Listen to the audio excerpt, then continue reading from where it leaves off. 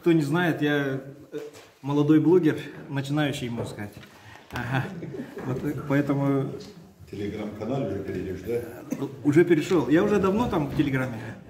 Вот, поэтому начинаем работу секции номер 2. Первый президент Республики Саха-Якутия Михаил Ефимович Николаев, созидатель новой Республики Саха-Якутия.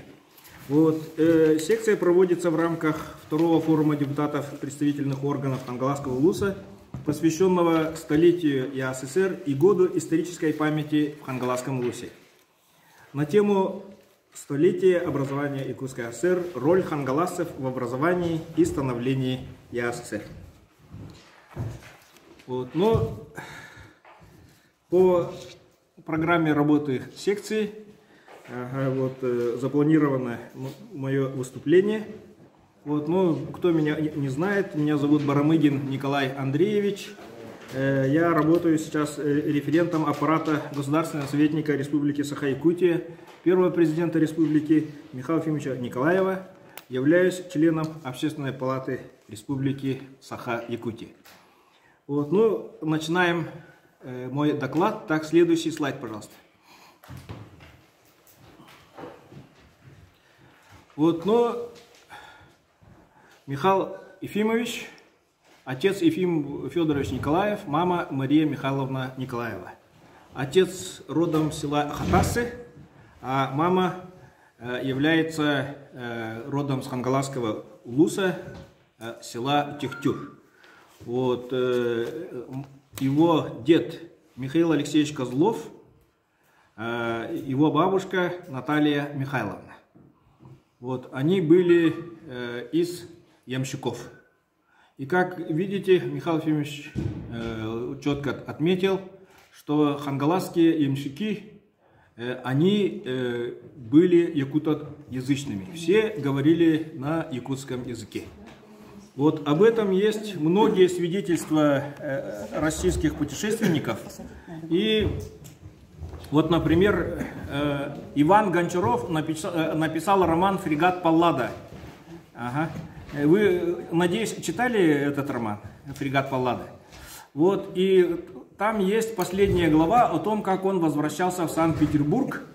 И очень большую часть этой главы занимает, как он был в Якутии. И здесь он отметил такой факт, что он приехал в Амгу, в русскую слободу Амга, населением 500 душ, и попросил найти человека, который говорил бы по-русски. Потому что он с Охотска ехал по тракту, и все ямщики были якутами. Захотел поговорить на русском языке. И, говорит, из этих 500 душ нашли одного ссыльного, который еще не забыл русский язык. Ага. Вот, и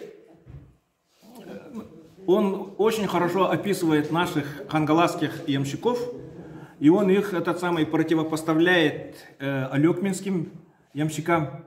Говорит, хангаласские, говорит, высокие, там, светлые, там, славяне, а тут, говорит, в Алекминске, говорит, разных народов представителей работают ямщиками. Поэтому вот наши ямщики Хангаласского улуса, это является нашей особенностью. И то, что в улусе и в республике проводится большая работа по сохранению традиционной ямщицкой культуры, это большой, такой, скажем так, большой вклад в сохранение национальной русской культуры. И вот как говорил Анатолий Анатольевич Добрянцев мне, да, вот они ездили с делегацией в Забайкалье, в Бурятию, и встретились с семейскими, которых переселили из Польши в конце 18 века, примерно в то же время, как наших ямщиков. И оказалось, что песни совпадают, культура во многом совпадает. То есть, получается, культура наших ямщиков и культура семейских, они сохранили традиционную, вот именно чистую русскую культуру. Вот. Так, следующий слайд, пожалуйста. Ага. Вот это Актемская школа, первая школа в Западно-Хангаласском улусе. Опечатка 1874 год. Ага. Так, и Михаил Ефимович учился в этой школе, и Валентина Петровна сидит за партой, примерно на которых учились Михаил Ефимович с одноклассниками. И там даже есть парта, где сидел Михаил Ефимович Николаев. Ага. Вот. Ну, как вы знаете, после этого мама одна воспитывала детей, поэтому Михаила Ефимовича направили к старшему брату в Жиганск, где он закончил, следующий слайд, где он закончил среднюю школу, поступил в Омский государственный ветеринарный институт, вот, и вернулся в Жиганский район. Вот. И здесь в его судьбе большую роль сыграл тоже наш земляк Андрей Михеев, который работал секретарем обкома комсомола. Вот. Он его поддержал и выдвинул первым секретарем Жиганского райкома комсомола. Вот. Но я думаю, что быть комсомольцем, комсомол — это состояние души. Сейчас тоже вот я смотрю на нашу молодежь, и многие социально активные молодые люди, они вот очень похожи на комсомольцев моей молодости, да? Активистов моей молодости. То есть активные люди, они есть в каждом поколении, и пути их роста, да, их общественной деятельности, они примерно одинаковые, что и в далеких 60-х годах. Вот, но Михаил Ефимович Николаев показал себя с положительной стороны, вот, и в 1963 году вступил в партию, вот, и работал в партийных органах. Ага. Вот, был первым секретарем райкома партии в Верхневилюйском районе, вот, и учился в высшей партийной школе при ЦК КПСС.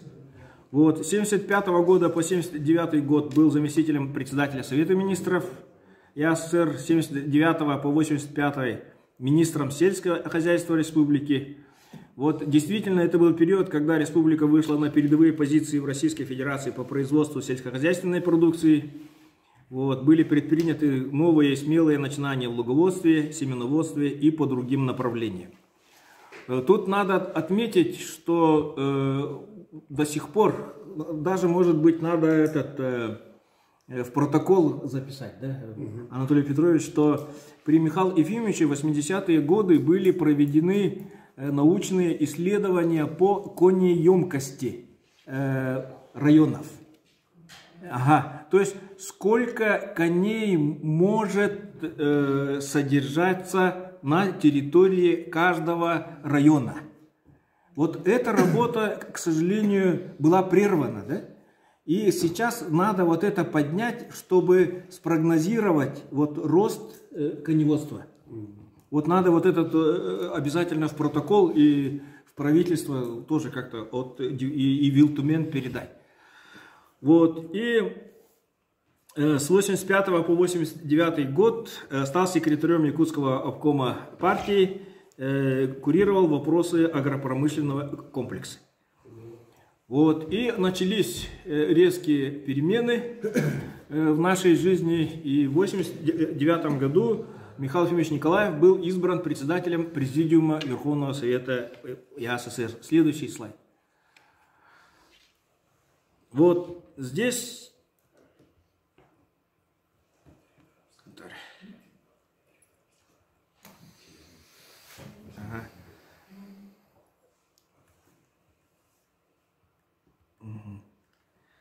вот здесь очень мелко получилось, но я прочитаю, да, этот. Экономика СССР была одной из ярких характеристик особенностей социалистической системы СССР. Вот эта ситуация в 80-х годах в республике. Вот,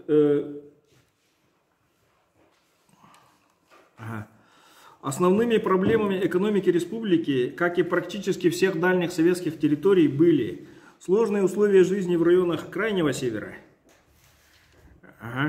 сырьевая направленность, доминирование горнодобывающей промышленности, высокая капиталоемкость хозяйственного освоения, чрезвычайно высокие транспортные затраты, хроническое отставание развития при производственной инфраструктуре. энергетики, транспорта, замещающего привозные ресурсы местного производства. Вот я могу привести пример, когда в республике начали осваивать алмазные месторождения, было принято решение, что республика будет получать 5% от сумм продаж алмазов. Это вот в 50-е годы было такое решение. И 50%? Через 5%. 5%. Было принято такое решение. И через несколько лет эти выплаты было решено отменить.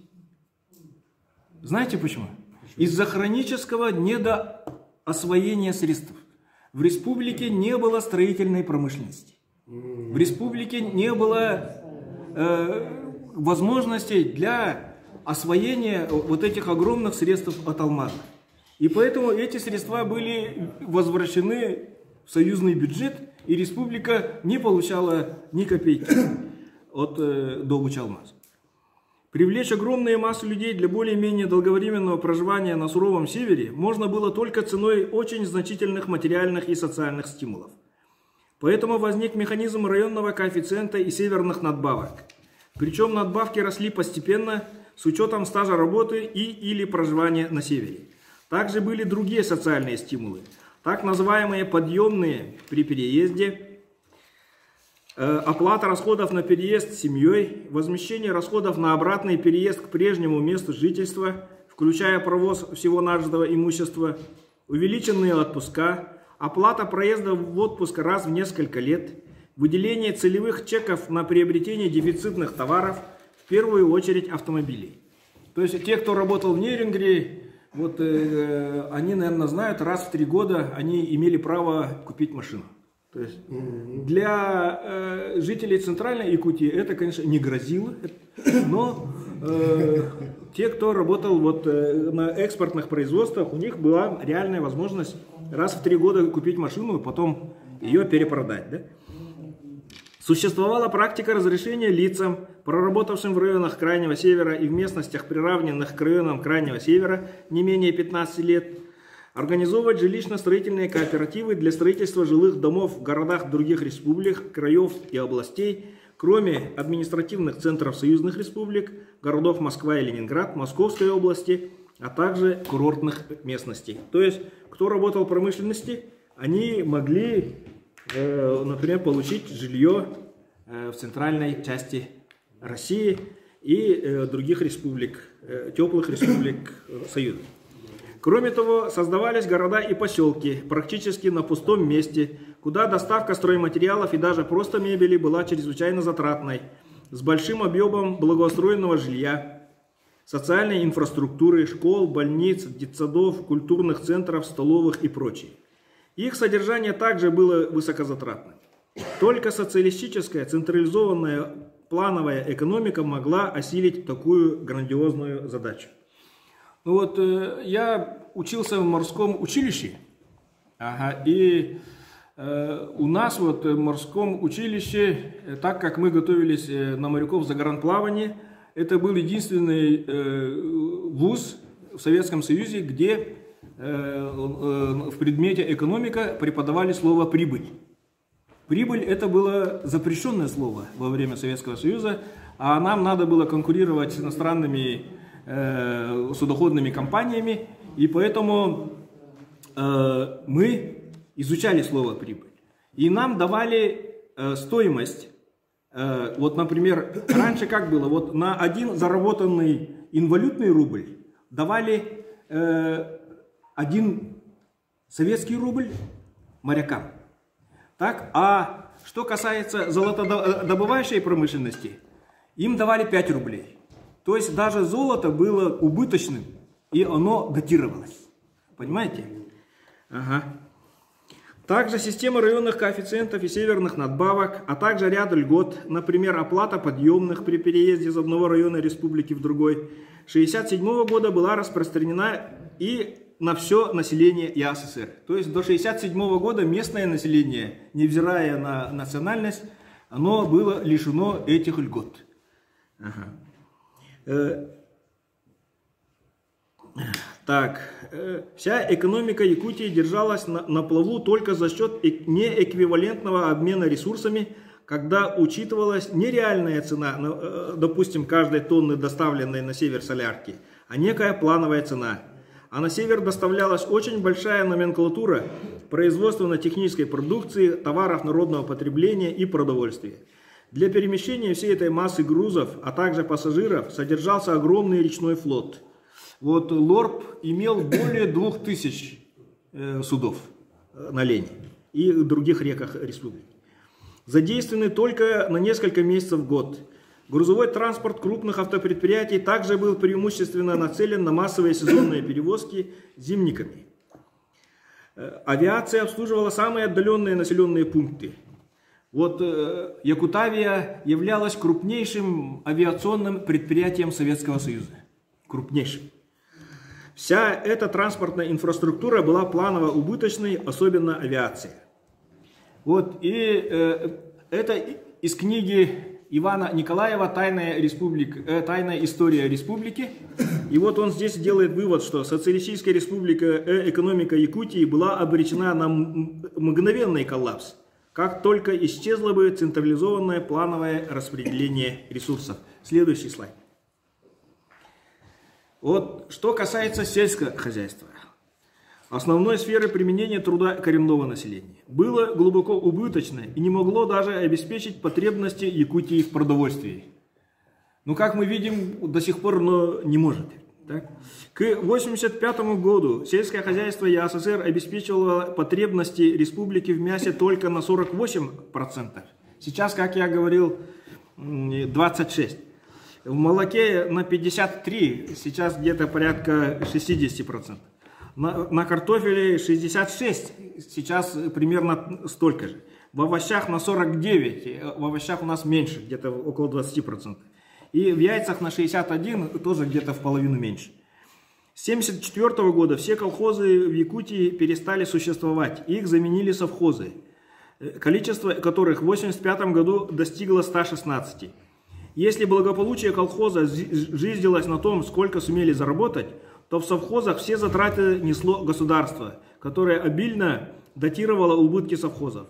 Создание совхозов диктовалось политикой обеспечения занятости в сельском хозяйстве, стремлением создать общегосударственный товарный сектор по стабильному производству аграрной продукции. В 1985 году даже в центральной части РСФСР совхозы с численностью рабочих меньше 500 человек были преимущественно убыточными. А в Якутии с громадными расходами на доставку сельскохозяйственной техники, ГСМ, комбикормов и прочего, в 1985 году средняя численность рабочих совхозов составила 397 человек. То есть, получается, наши совхозы даже по этому показателю были уже и обречены на убыточность. Некоторые считают, что аграрный сектор даже в самых высокоразвитых странах датируется. Поэтому глубоко дотационный характер сельского хозяйства СССР нормальное явление. Но вопрос состоит в характере и объеме дотаций. В развитых странах, США, Европейском Союзе, Канаде, в других странах Организации экономического сотрудничества и развития, куда входят 34 страны, прямая государственная поддержка сельскохозяйственных производителей составляет 1/3 от получаемых ими доходов. Но из общего объема поддержки сельского хозяйства на долю бюджетных субсидий приходится только чуть больше половины. Остальное обеспечивается мерами по защите рынка. Ну, насчет дотаций я хочу привести пример, что в Японии тоже есть дотации. Да, например, там у них производство риса полностью контролируется государством. Действует закон о продовольственной безопасности 1943 года, который был принят во время войны. Когда в Японии, вот из-за того, что американцы топили грузовые суда, у них прекратился импорт продовольствия из других частей империи, поэтому надо было производить продукты питания на месте. Там до сих пор нет свободного рынка риса, все продается через государственные структуры. Вот, и государство через этот JA, общеяпонский кооператив сельскохозяйственных производителей, полностью планирует и датирует весь комплекс производства риса.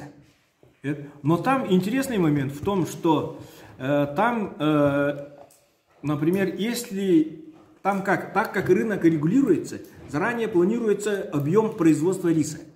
А так как сельскохозяйственное производство там очень развито, может быть переизбыток риса. Поэтому некоторым крестьянам говорят: ты в этом году не садишь рис, тебе дотация. То есть получается дотация не в том смысле на выращивание, а дотация на то, что ты не выращиваешь, тебе вот твои выпадающие убытки возмещает государство. Чтобы он выживал, да?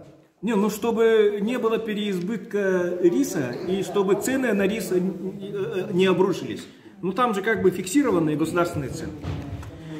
Вот. А в СССР практиковались бюджетные субсидии сельскому хозяйству. В условиях Якутии средний размер государственной поддержки совхозам в 1985 году превышал 120%. Иначе говоря, на заработанный якутскими совхозами рубль приходилось рубль и 20 копеек убытков. Понимаете, то есть они работали изначально в убыток. По мере увеличения капиталовложений в аграрный сектор республики общий объем дотаций рос пропорционально. В развитии материально-технической базы сельского хозяйства еще очень многое предстояло сделать. Энерговооруженность одного рабочего совхоза к 1985 году достигла 24 лошадиных силы, что ниже средних показателей РСФСР – 42 лошадиных сил. А к 1990 году средние показатели в РСФСР достигли 55 лошадиных сил. Ага. Уровень комплексной механизации в 1985 году в совхозах ЯССР составил только 4%. 77% рабочих совхозов было занято ручным трудом. Поэтому предстояло вложить еще очень много инвестиций в развитие материально-технической базы аграрного сектора на развитие мелиорации. Вот и я помню, вот у нас в Техтюре построили механизированный хотон, и оказалось, что вся вот эта технология, она не приспособлена для наших условий. И вот многое оборудование вышло из строя в первую же зиму. Поэтому огромные деньги вкладывались, но эффективность была низкой. К 1985 году в сельское хозяйство ЯССР было вложено за 20 с лишним лет примерно 2 миллиарда рублей. Это около 200 миллиардов рублей 2015 года, если считать по курсу доллара. Причем значительная часть капиталовложений пришлась на 1980-85 годы. Это вот во время работы Михаила Ефимовича министром сельского хозяйства. Вот многие аграрники теплым словом вспоминают Михаила Ефимовича, потому что он действительно выбил огромные деньги на создание вот этой базы.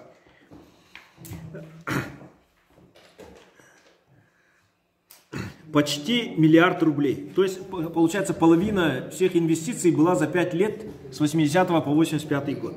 С 85 года инвестиции увеличивались каждый год. И это, считаю, только прямые бюджетные субсидии. Совхозам, а строительство транспортной, энергетической и социальной инфраструктуры, учреждения образования, здравоохранения, культуры и других на селе шло по другим статьям госбюджета.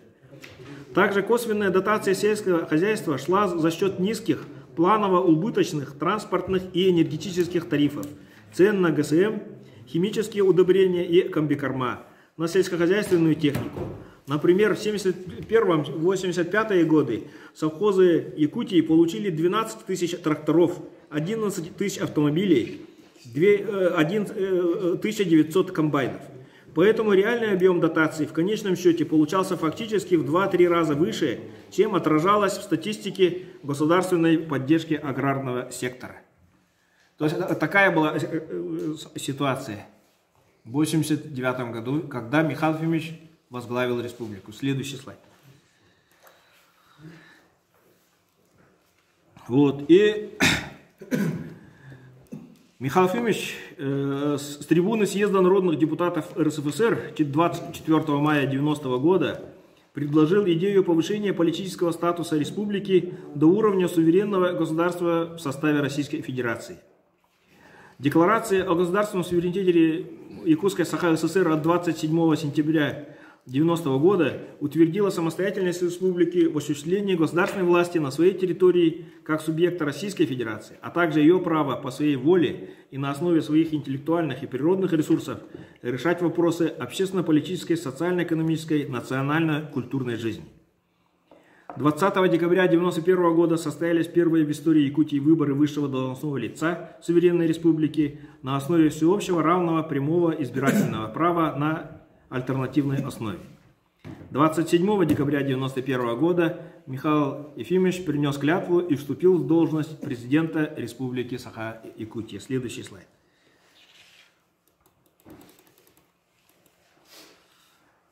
Вот, но, как вы помните, была огромная инфляция в конце 80-х, начале 90-х, и в 92 году были отпущены цены. И у нас пошла вообще галопирующая инфляция. Вот. Ну и после развала Союза многие хозяйственные связи были прерваны. Вот, и начался этот, ну, как говорят, крупнейшая геополитическая катастрофа 20 века, да, развал СССР. Вот, и в таких сложных условиях Михаил Ефимович работал 10 лет во главе республики. И хочется отметить некоторые моменты, которые смог достичь Михаил Ефимович вот за это время. Когда по всей России был развал, вот у нас в республике тоже был огромный удар по сырьевой промышленности. Как я уже говорил, даже при советской власти золотодобывающая промышленность была убыточной. А когда цена золота упала до $250 за тройскую унцию, вот, были вынуждены закрыть все эти золотодобывающие поселки.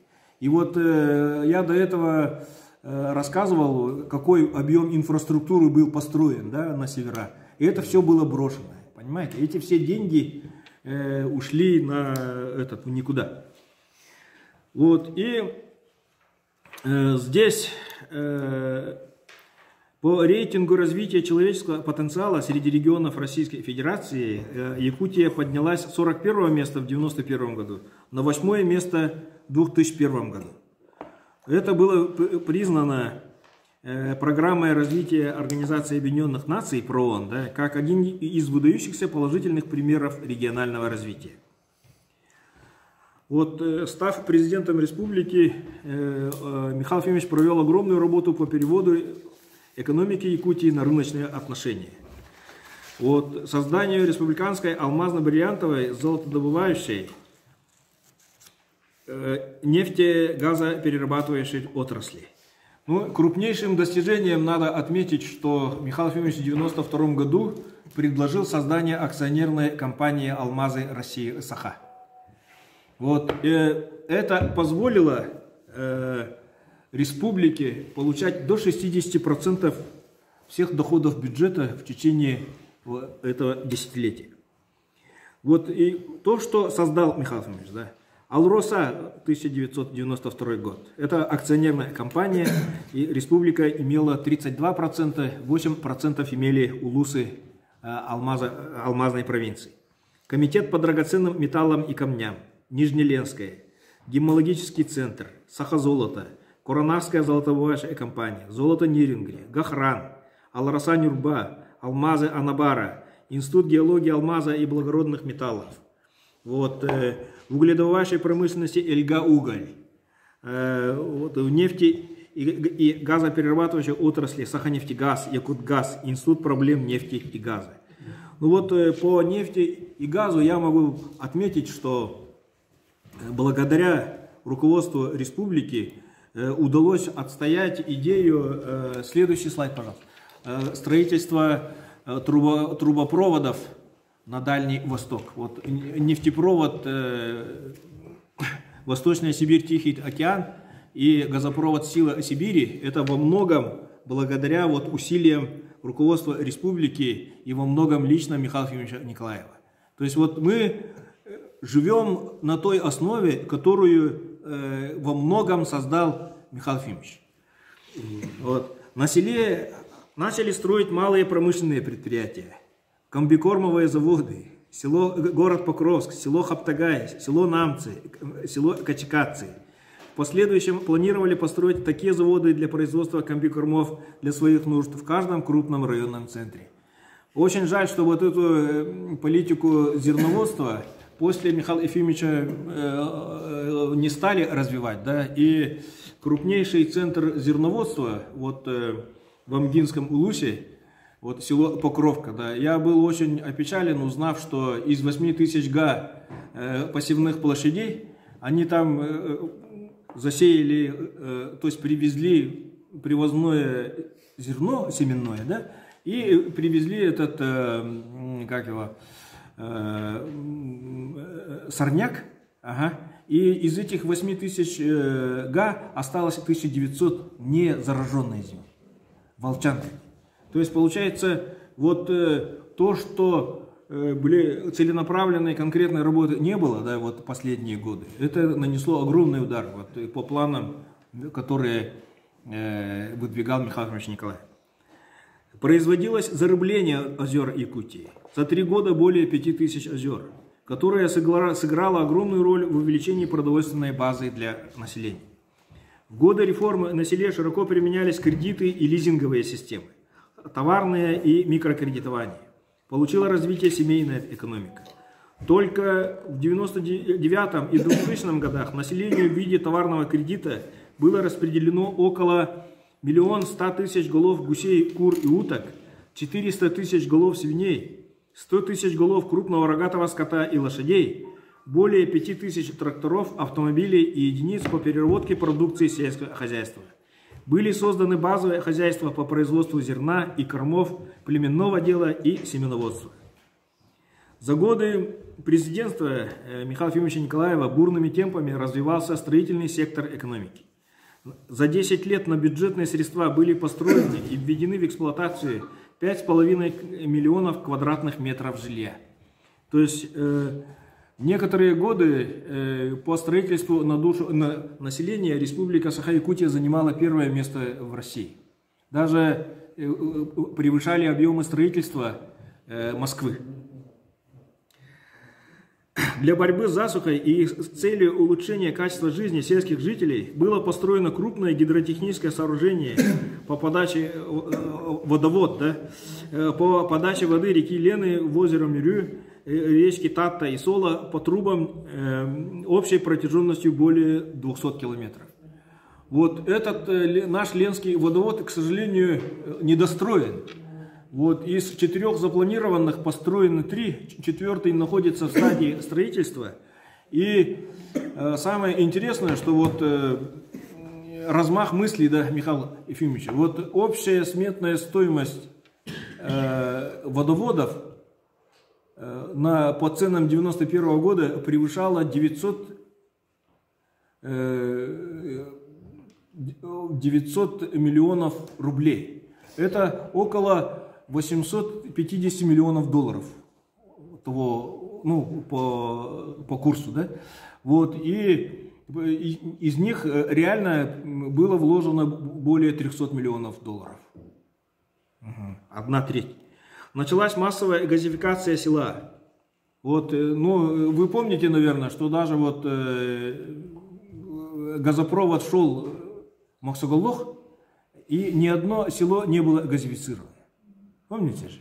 Газификация началась при Михаиле Ефимовиче. Построен газопровод под рекой Вилюй. Начата работа по переброске природного газа в заречные улусы через реку Лена. Ну вот эта задача была при Вячеславе Анатольевиче Штрове. Это крупнейший в мире подводный переход газа под рекой Лена.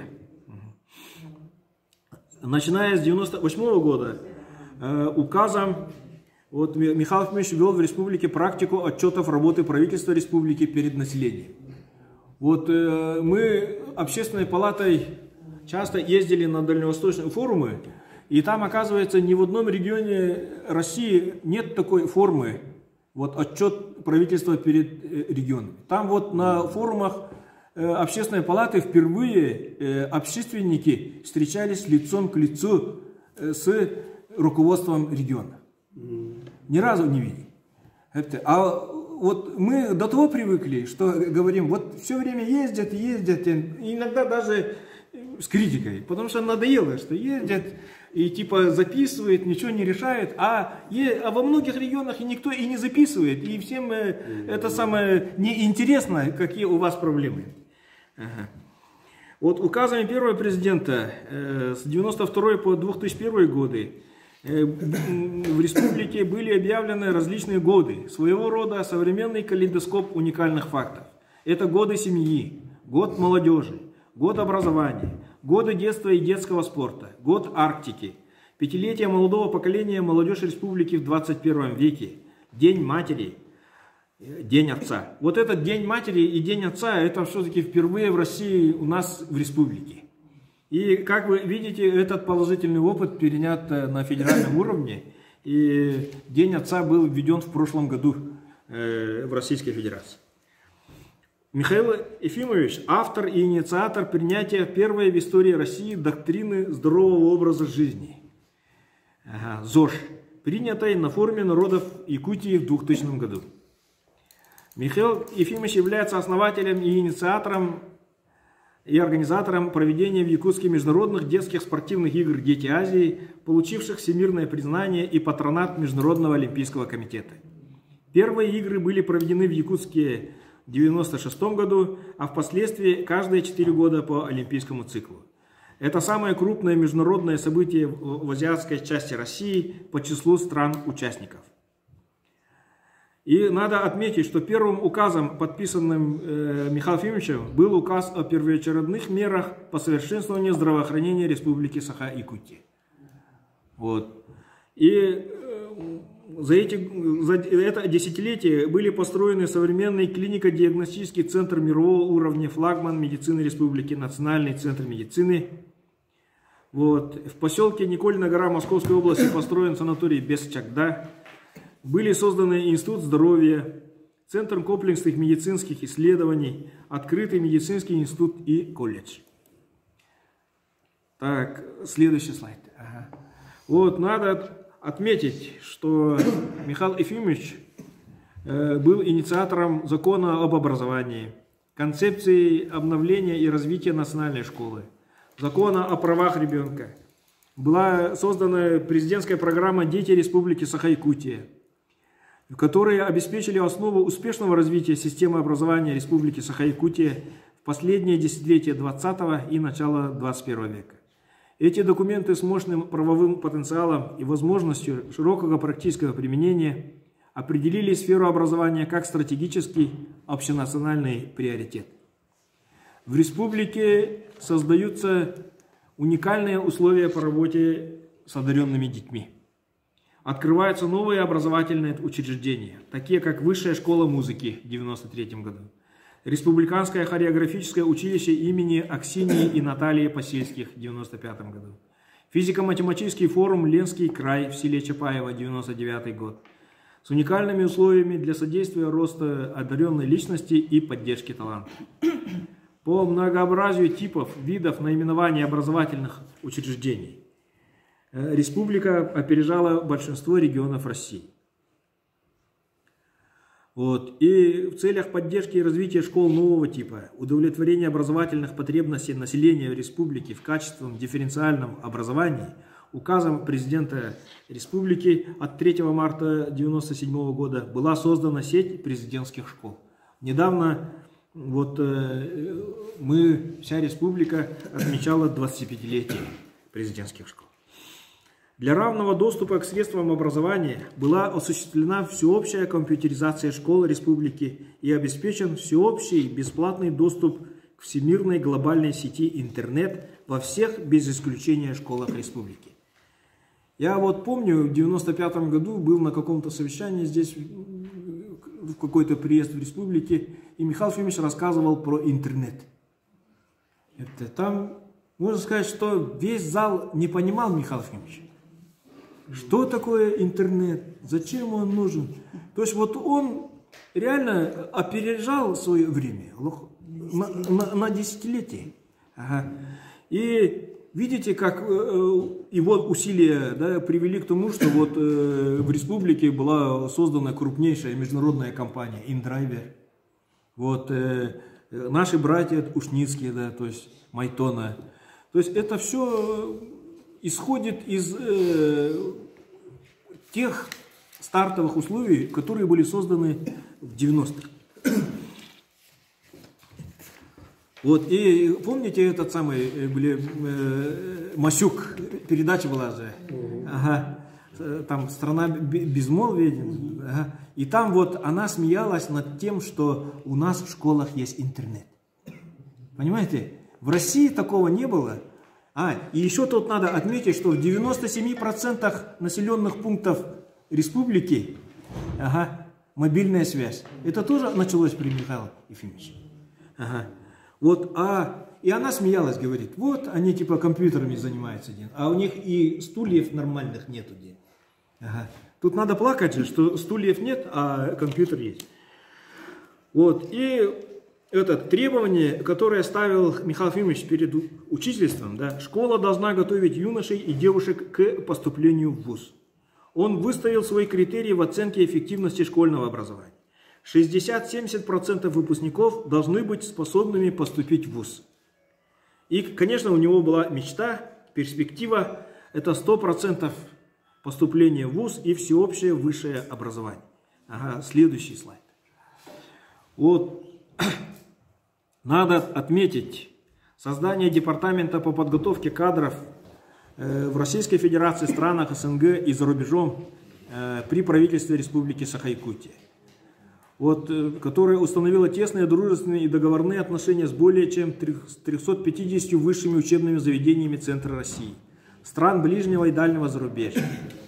Вот это подтвердило своевременность и подготовило почву для адаптации выпускников школ для открытия себя за пределами своей родины. Вот департамент, да, вот одним из итогов работы департамента стало развитие якутского кино. Интересно же. Вот все наши режиссеры вот последних лет, чьи работы получили международное признание, они заканчивали центральные вузы в конце 90-х, начало 2000-х годов.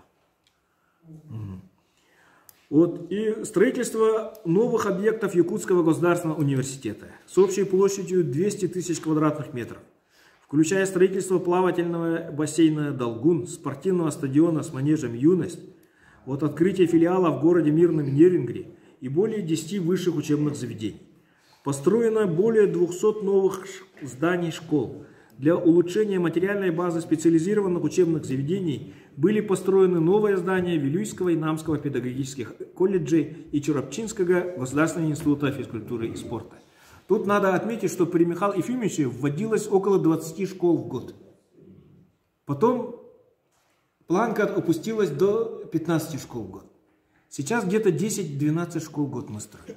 Но правда, конечно, вот Алиш Забидович подтвердит, те школы, которые мы строили в конце 90-х, начале 2000-х, они, конечно, рядом не стоят с новыми школами, да, по требованиям. Но все равно для того времени каменные школы в каждом селе, это был огромный прорыв. Огромный был прорыв. В годы президентства Михаила Ефимовича Николаева возрождалась самобытная культура народа Саха. Национальный праздник Исех был признан государственным праздником народа Саха. Вот это по указу Михаила Ефимовича Николаева. Особый статус в качестве национального природного сокровища получили музыкальный инструмент хомус. Вот центр хомуса тоже создал Михаил Ефимович. Национальный танец осохай, национальные виды спорта и национальный эпос Оламхо. Вот я помню, в 1997 году в Токио мы провели первую международную презентацию хапсагай, масс-рестлинга, во время Всемирного чемпионата по борьбе сумо в Токио. Вот. И национальный эпос Оламхо был включен ЮНЕСКО в список нематериального культурного наследия человечества в рамках программы ЮНЕСКО «Шедевры устного и нематериального культурного наследия». Ассоциация Олонхо была создана Михаилом Ефимовичем Николаевым 30 лет назад, в 1992 году. Невозможно развивать менталитет народа без приобщения к искусству, музыке, живописи и так далее. Успехи Высшей школы музыки, хореографическое училище имени Аксиньи и Натальи Посельских, театра танца имени Сергея Зверева и Государственного цирка Якутии, основанных первым президентом Республики Саха-Якутия, стали известны далеко за пределами Якутии. Следующий слайд. Регламент, да? Ну, да, у меня, я уже заканчиваю. Ага, так, сейчас. Извиняюсь. Не, ну основной доклад у меня, поэтому. Да, очень хороший, так. очень такой насыщенный. И тут потом перейдем к современности. Тут уже. Мы все знаем, но надо вспомнить. Ага. В 1994 году подписал указ о мерах по развитию системы особо охраняемых природных территорий. Было создано 125 ООПТ, 74 ресурсных резервата, взято под охрану 17 памятников природы, 26 уникальных озерных систем, что составило 25% территории Якутии. В том числе созданы такие уникальные природные парки, как Ленские столбы, устье Лены, Международная биологическая станция Лена-Нордершель, Международный резерват Кыталык. В 2001 году создан зоопарк Ортодойду. Вот, ну и Михаил Ефимович стоял у начала реинтродукции в Якутию овцебыков и бизонов. Вот, ну, коротко, если подвести итоги десятилетия, так, следующий слайд. Ага. То здесь просто основное, да, то есть про Алросу я сказал, так, ну тут главное, для решения социальных вопросов в 90-х годах, вот, ну здесь мы написали 32% республиканского бюджета, да, но по некоторым источникам до 44% республиканского бюджета шло на социальные программы, вот, и еще треть бюджета, да, шло на образование. То есть около 70% бюджета имело социальную направленность. Это в труднейшие годы. И что касается сельского хозяйства, да, сейчас мы вот гордимся тем, что достигли 12 миллиардов рублей финансирования сельского хозяйства, но тут надо отметить, что сейчас бюджет 320 миллиардов. А при Михаиле Ефимовиче, когда бюджет был 30 миллиардов, Михаил Ефимович выделял около 4 миллиардов на сельское хозяйство. При Вячеславе Анатольевиче, когда бюджет был 80 миллиардов, на сельское хозяйство выделяли 10 миллиардов. А сейчас вот в процентном отношении очень небольшой процент. И в завершении вот итогов, начиная с переписи 2002 года, якуты стали крупнейшим народом Республики Саха-Якутия и вторым по численности народом на Дальнем Востоке Российской Федерации. Невзирая на огромную депопуляцию по всей Российской Федерации, вот надо отметить, что численность якутского народа выросла с 365 тысяч в 1989 году до 432 тысяч в 2002 году. То есть в тяжелейшие 90-е годы у нас шел естественный прирост населения. Вот эвенков стало с 14 тысяч до 18 тысяч, эвенов с 8600 до 11600. То есть эвены выросли почти в 1,5 раза за это десятилетие. Ага. Вот и социолог Дробежева обращала такое внимание, что в начале 21 века, что уровень образования у якутов в 2 раза выше, чем у русских по Российской Федерации, да? И самое большое число докторов наук на 1000 человек населения у якутов. Так, сейчас вот перехожу к конкретным предложениям, да? Вот по заданию, так, обратно, вот где этот усадьба Якутыру, да? Вот по предложению Михаила Ефимовича, вот я создал сайт «Усадебное хозяйство в Якутии». Ага. Вот усадьба Якутыру. Вот где я публикую материалы по семейной экономике, по усадебному хозяйству, по сельскому хозяйству, ну и различные события, связанные вот с жизнью, да, села. Вот, и поэтому призываю к сотрудничеству. Большая просьба тоже включить вот это усадьбу. Все протоколируется, да? Ага. Так, и дальше. Михаил Ефимович, следующий слайд. Михаил Ефимович написал статью о пространственном развитии и территориальном управлении в контексте народосбережения в республике Саха-Якутия, где он выдвинул ряд предложений. И вот большая просьба ознакомиться, на сайте есть вот эта статья. Так, следующий слайд. Вот 5-е, 6-е, да, то есть вот экология и так далее, это все Михаил Ефимович в своей статье отметил. Здесь вот с левой стороны, да, это коэффициент рождаемости в республике Саха-Якутия. Как вы видите, вот максимальных значений достигло к 2015 году. Потом начинает снижаться, сейчас идет вниз. И сейчас этот естественный прирост населения республики в прошлом году составил всего 1700 человек. То есть мы скоро можем упасть в демографическую яму, как и другие регионы. Вот с правой стороны, если посмотрите, да, это вот число детей, рождающихся вне брака, вот этим оранжевым. Ага, по сельской местности 46%. Вот в Хангаласском улусе свыше 40% рождается вне брака. Помните, вот этот сам Иннокентий Макаров, руководитель Юстимсы, он этот самый, как пример негативного поведения местных женщин, он приводил Хангаласский улус, потому что свыше 40% детей рождается вне брака. Да, Юстимсы, они вот когда начинали свою деятельность, они начали с того, что гоняли наших хангаласских женщин с этих увеселительных заведений мигрантов. Хотя я могу поспорить. Нет, тут это мы... Это было, нет, это было года 3 назад, 4 назад, до пандемии. Нет, это мы перейдем дальше, обсуждать будем же доклад. Так? И сразу S-TV. Следующий слайд. Так, здесь вот справа наверху, это вот среднемесячная зарплата сельской по республике, если в 2020 году составляла 76 тысяч, в сельской местности всего 35 тысяч. А статистика сказала, что в прошлом году зарплата достигла 125 тысяч. А я более чем уверен, что сельское население так и осталось на уровне 35 тысяч. Не выросло. Ага. Поэтому вот здесь по отдельно справа, вот наверху, там отдельные показатели сельского хозяйства. Там большинство сельхозпродукции до сих пор производится личными подсобными хозяйствами. Хотя поддержка в основном идет организованным формам, а работают реально простые люди. Вот здесь слева нижний, здесь это вот продажа продуктов питания 107 миллиардов. Производство сельхозпродукции 26 миллиардов, всего 25% производим. А что касается продажи, это в 2020 году зеленым, вот маленькое, совсем не видное, это вот 9 миллиардов всего, это составляет всего 7%.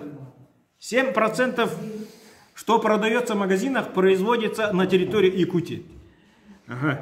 Вот и здесь доля, вот справа внизу доля местных сельхозпроизводителей, да, у которых идут государственные закупки, составляет всего 4%. Всего 4%.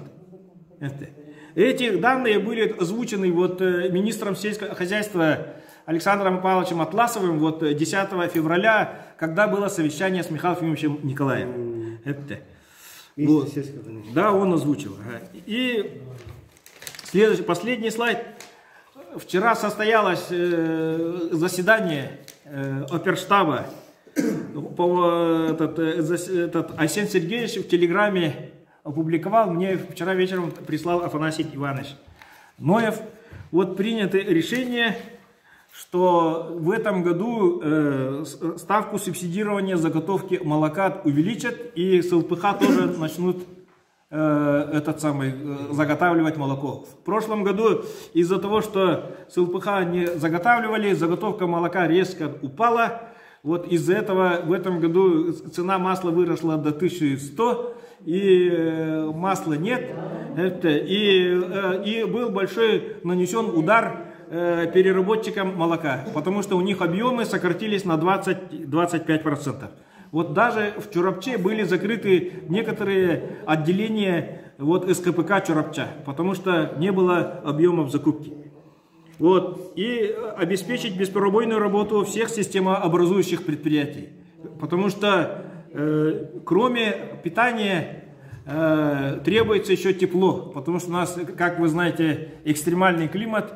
Если мы не подготовимся к зиме, то сами понимаете. Так?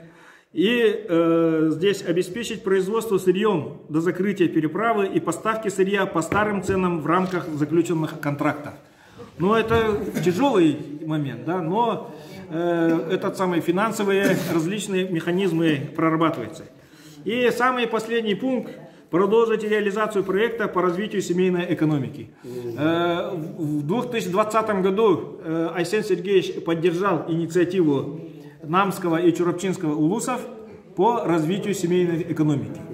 То есть и этот проект предусматривает предоставление земельных участков. Вот это обязательно надо в вашу резолюцию. Да. Закупку теплиц, рассад, приобретение ряда сельскохозяйственных животных, свиней, кроликов, кур, уток.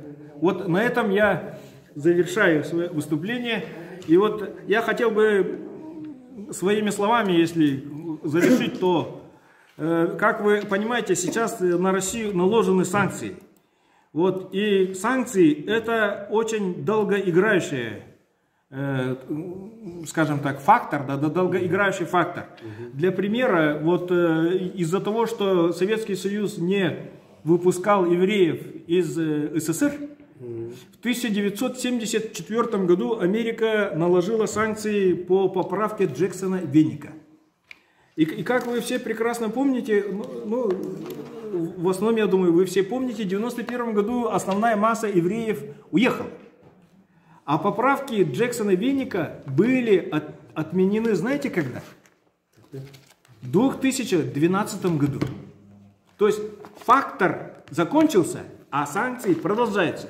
И Россия жила без санкций всего 2 года, до 2014 года, до Крым-Наша. А сейчас мы самые строгие санкции в мире. Ага. Поэтому вот то, что Михаил Ефимович постоянно говорит, надо развивать местное производство. Надо, чтобы население серьезно относилось к своему обеспечению продуктами питания, чтобы наши сельхозпроизводители, да, наши ЛПХ получали рынки сбыта. Это вот сейчас уже даже не только требование времени, это просто вот необходимость, потому что вопрос следующий осени. Вот и фермеры Хангаласского улуса, вот Сергей Латышев, Розалия Петрова ставят вопрос о том, что нет семенного материала. Нет семенного материала. Для картофеля, например. Для картофеля, да. То есть, ну это же картошка, основной наш продукт питания. Второй хлеб. Второй хлеб. Поэтому вот еще раз я призываю все-таки вот ознакомиться со статьей Михаила Ефимовича, которая находится на сайте усадебное хозяйство, да, Якутии, и как-то сделать определенные выводы, и чтобы вы передали своему населению, да, своим избирателям, что действительно надо серьезно относиться к этим санкциям, к этим событиям, и надо готовиться. Потому что все-таки наш якутский народ, мы привыкли заранее все планировать, да? Потому что у нас холодно, надо все заранее готовить и так далее. Нам надо этот свой жизненно необходимый навык возобновлять. Потому что мы уже привыкли к спокойной, такой обеспеченной жизни, а надо готовиться. Вот, все. Спасибо за внимание. Одну минуту я скажу. Да, пожалуйста. Спасибо большое, Николай Андреевич, за столь содержательный доклад. Много узнали, согласился. Я вот правильно вы отметили, что Михаил Ефимович еще тогда он говорил. Мы вот помним, да, про комбикормовые заводы, то, что открывали. Здесь у нас мы пригласили как раз наш коллега, депутат 4-5 зазывов, директор комбикормового завода «Делегей» у нас в Хангаласском УСе, Андрей Викторович Михайлов у нас присутствует, участвует. Я сам работал, помню, здесь наши аграрники есть, Анастасия, которая вот выращивала продукцию, да, из Немигунского, Лапха Покровская работала агрономом, да. И как раз вот, когда президентом Михаил Ефимович был, я сам вот помню, когда молодой был, утки, гуси, вот двухдневные раздавали населению, и все держали кур, поросят, комбикормовый завод был, и, по-моему, все держали. И сейчас это самое как раз актуальное. Мы этот вопрос задели. Спасибо. Да. Продолжайте работать. Спасибо.